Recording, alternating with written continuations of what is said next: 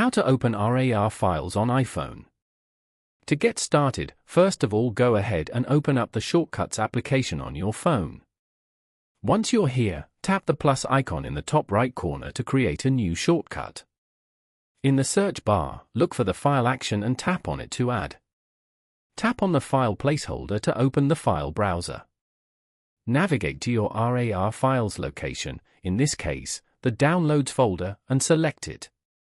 Next, search for and add the Extract Archive action. This action will automatically take the selected file as input to be extracted. Then, add the Save File action.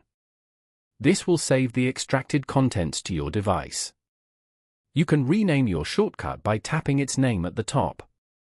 Give it a descriptive name like Extract RAR and tap on Done in the top right corner. Now, you can see the extract file you just created. Run the new shortcut by tapping on it from the library. Choose a destination folder for your extracted files and tap Open. Following these steps, you can easily open RAR files on an iPhone.